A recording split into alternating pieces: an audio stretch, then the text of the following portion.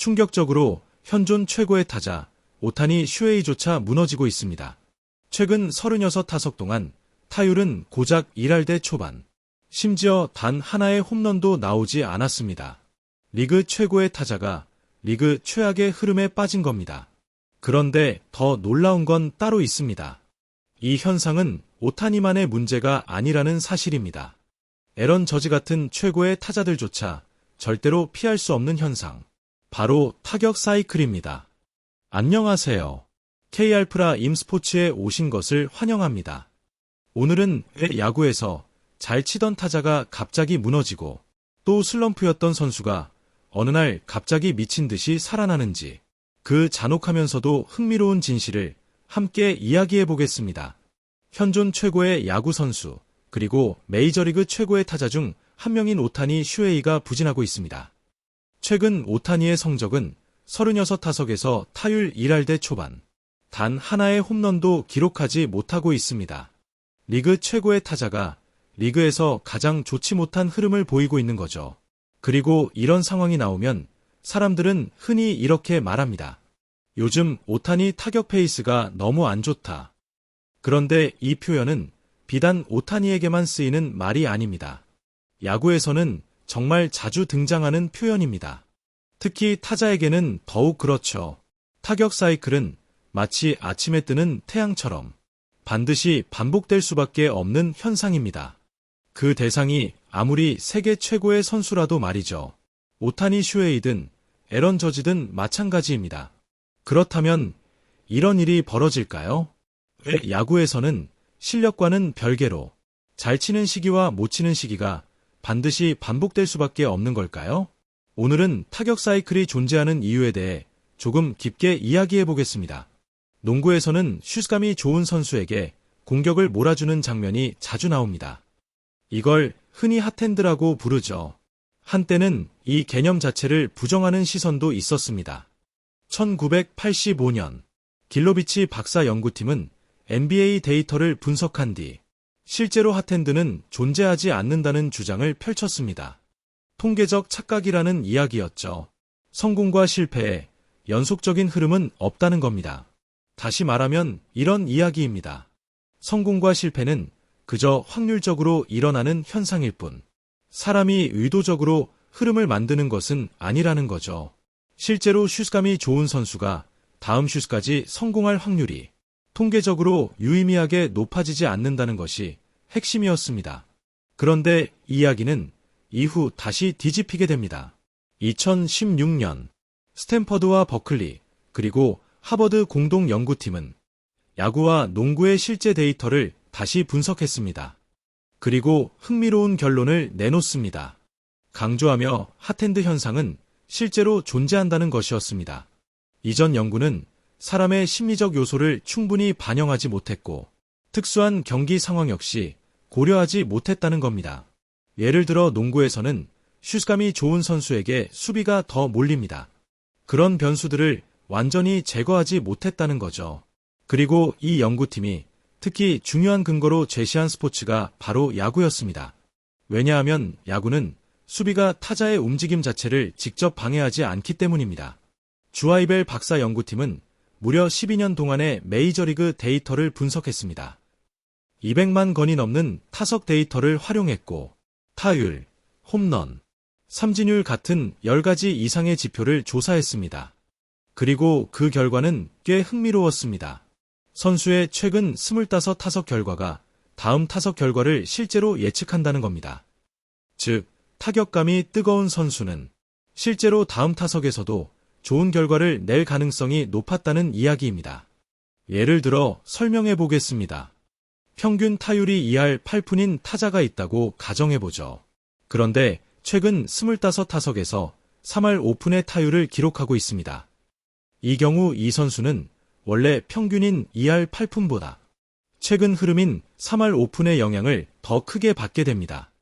그래서 실제 다음 타석들에서도 3할 안팎의 높은 타율을 이어갈 가능성이 높아진다는 거죠. 그리고 이런 차이는 오히려 농구보다 야구에서 더 극명하게 나타났습니다. 바로 여기에서 우리는 타격 사이클이 존재하는 이유를 찾을 수 있습니다. 타격 사이클이 존재하는 첫 번째 이유. 그건 바로 야구가 실패를 기반으로 하는 스포츠이기 때문입니다. 야구에서 타율 3할은 무려 70%를 실패하고도 엘리트로 평가받는 기록입니다. 이 구조 자체가 굉장히 독특한 거죠. 농구에서 성공률 70%는 가능할 수 있습니다. 하지만 야구에서 타율 7할, 그건 사실상 불가능합니다. 심지어 3할만 기록해도 리그 최고의 타자로 평가받습니다.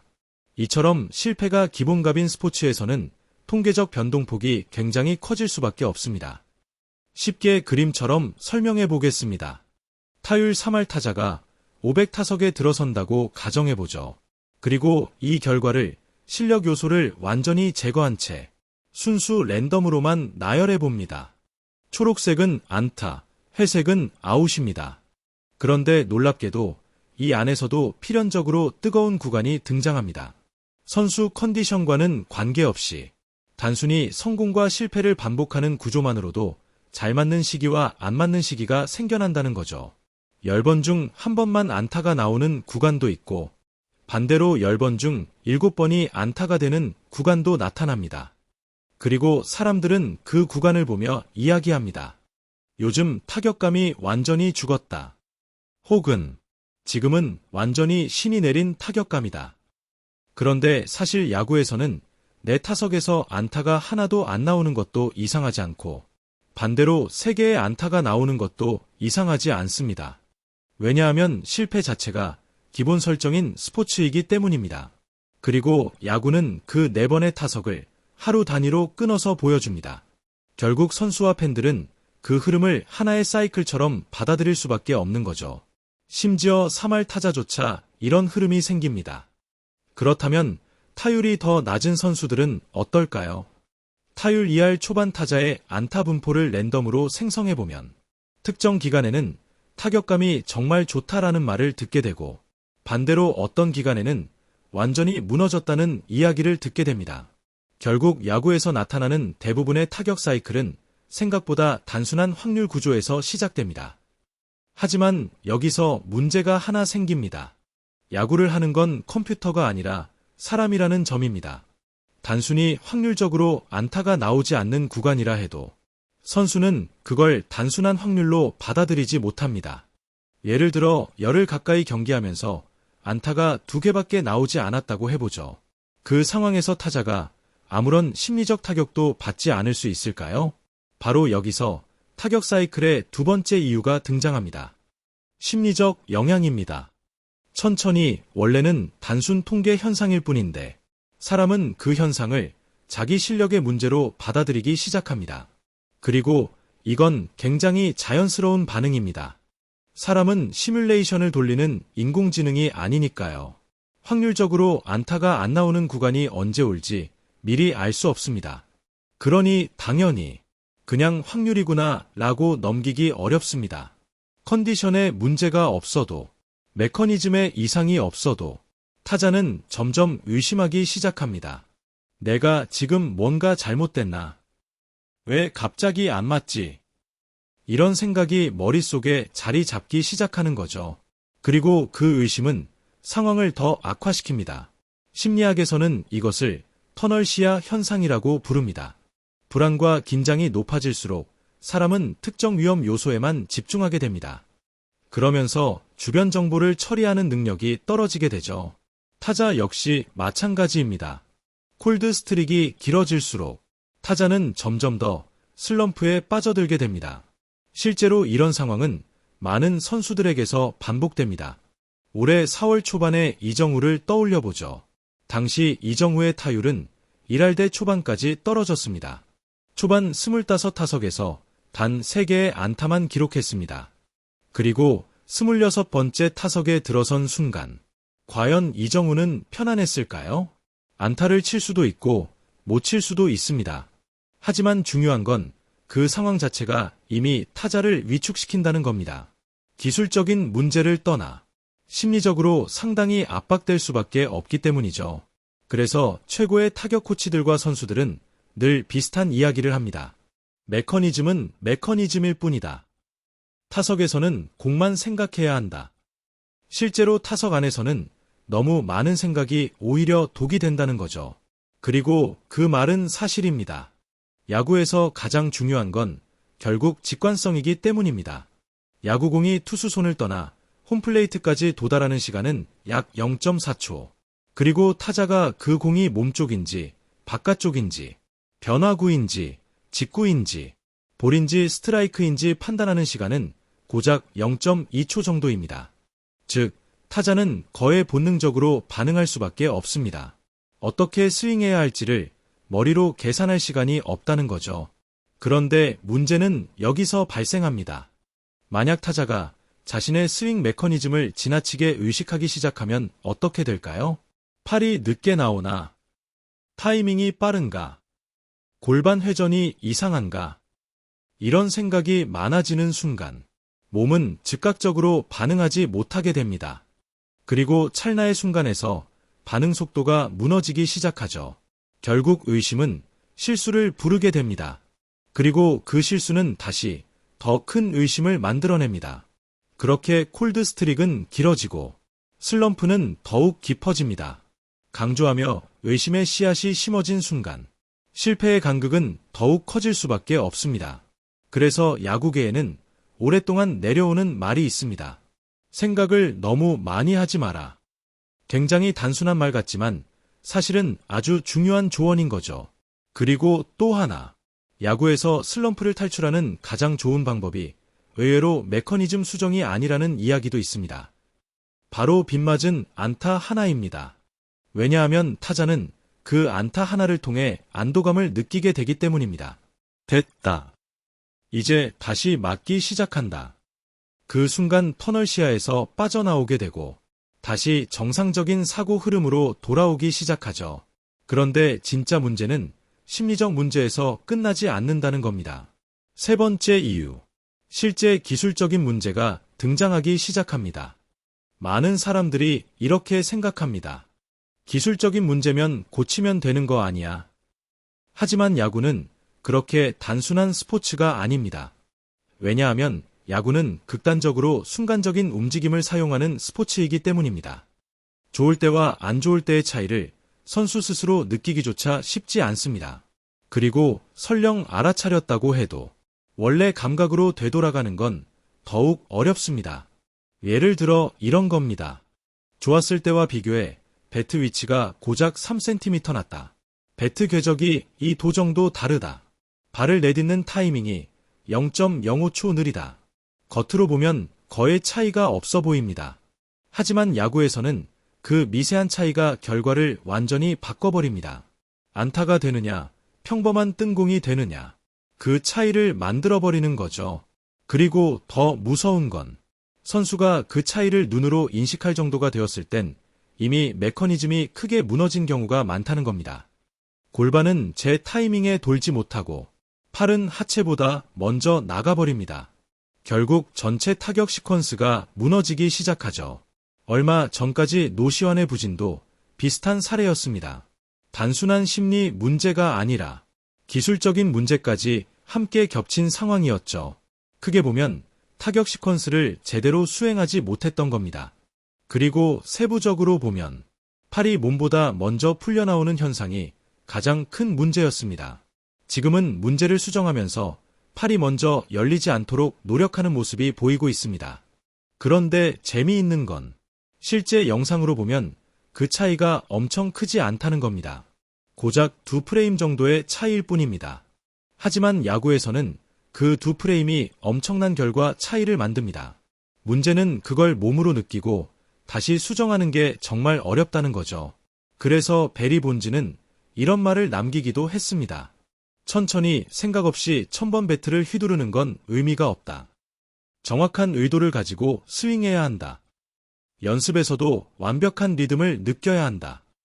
이 말의 의미는 굉장히 중요합니다. 타자는 타격 동작을 하나하나 따로 기억하지 않습니다. 몸 전체의 시퀀스를 통째로 기억합니다.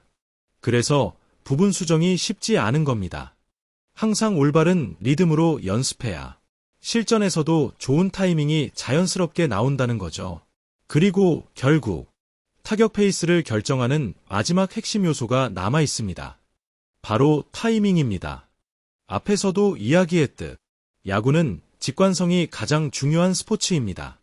순간적인 집중력, 순간적인 반응, 그리고 반복된 리듬이 맞아떨어질 때 좋은 타이밍이 만들어집니다. 사실 타격에서 타이밍은 전부라고 해도 과언이 아닙니다. 좋은 타이밍을 만들기 위해 존재하는 것이 바로 타격 메커니즘이라고 해도 틀린 말이 아니죠. 그런데 이 타이밍이라는 게 참 묘합니다. 너무 감각적인 영역이라는 겁니다. 예를 들어 타자가 타석에서 커브를 예상했다고 해보죠. 그리고 실제로 커브가 들어왔고 완벽하게 받아쳐 안타를 만들었습니다. 그런데 다음 타석, 시속 100마일짜리 강속구에 헛스윙 삼진을 당합니다. 바로 그 순간입니다. 갑자기 이상한 혼란이 시작됩니다. 패스트볼 타이밍이 몸에서 어긋나기 시작하는 거죠. 분명 똑같이 타이밍을 맞췄다고 생각했는데 공은 계속 늦고 배트는 밀리기 시작합니다. 변화구는 괜찮은데 직구만 갑자기 전혀 대응이 안 되는 상황. 이런 순간 타자는 굉장히 안 좋은 흐름에 빠집니다. 몸의 리듬이 깨지고 타이밍 감각 자체가 흔들리기 시작하죠. 그리고 타이밍이 무너지는 가장 대표적인 원인 중 하나가 바로 체력 문제입니다. 야구 관계자들이 늘 이런 말을 하죠. 여름 지나봐야 진짜가 보인다. 그 이유가 여기에 있습니다. 야구는 매일 경기를 해야 하는 스포츠입니다. 거의 쉬는 날 없이 계속 경기를 치러야 하죠. 아무리 뛰어난 선수라도 신체적인 체력은 조금씩 떨어질 수밖에 없습니다. 그리고 체력이 떨어지기 시작하면 가장 먼저 흔들리는 것이 바로 타이밍입니다. 반응 속도가 아주 미세하게 늦어지고 배트가 나오는 타이밍 역시 조금씩 밀리기 시작합니다. 처음에는 큰 차이가 없는 것처럼 보입니다. 하지만 야구에서는 그 아주 작은 차이가 치명적으로 작용합니다. 어느 순간부터는 공을 제대로 맞히지 못하는 상황까지 이어지게 되죠. 여기에는 정신적인 체력도 포함됩니다. 야구 팬들은 늘 이야기합니다. 야구 보다가 스트레스 받는다. 그런데 선수들은 어떨까요? 오히려 훨씬 더 큰 스트레스를 받습니다. 매일 결과로 평가받고 매일 실패를 경험하며 매일 압박감 속에서 살아갑니다. 그리고 결과가 좋지 못할수록 그 스트레스는 더욱 커집니다. 그 정신적인 피로는 사람의 사고를 굳게 만듭니다. 반응은 느려지고 판단은 흐려집니다. 결국 이런 현상들은 다시 앞에서 이야기했던 심리적 문제로 연결됩니다. 불안이 커지고 의심이 깊어지고 타이밍은 더 무너집니다. 그렇게 악순환이 반복되는 거죠. 하지만 반대로 좋은 흐름에 들어간 선수는 완전히 다른 상태를 경험합니다. 체력이 충분할 때는 몸의 리듬이 살아납니다. 좋은 리듬은 좋은 메커니즘 기억을 불러옵니다.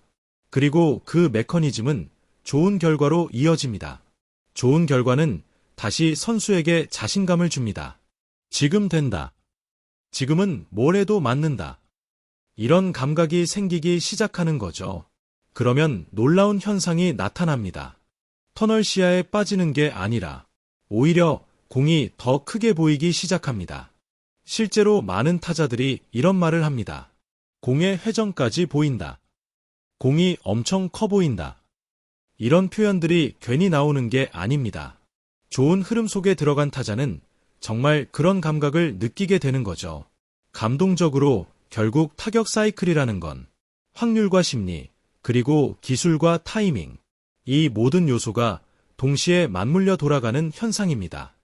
확률이 만들어낸 필연적인 기복, 그 기복을 받아들이는 인간의 심리, 그리고 0.4초 안에 무너지거나 살아나는 타이밍, 이 세 가지는 서로를 계속 증폭시킵니다.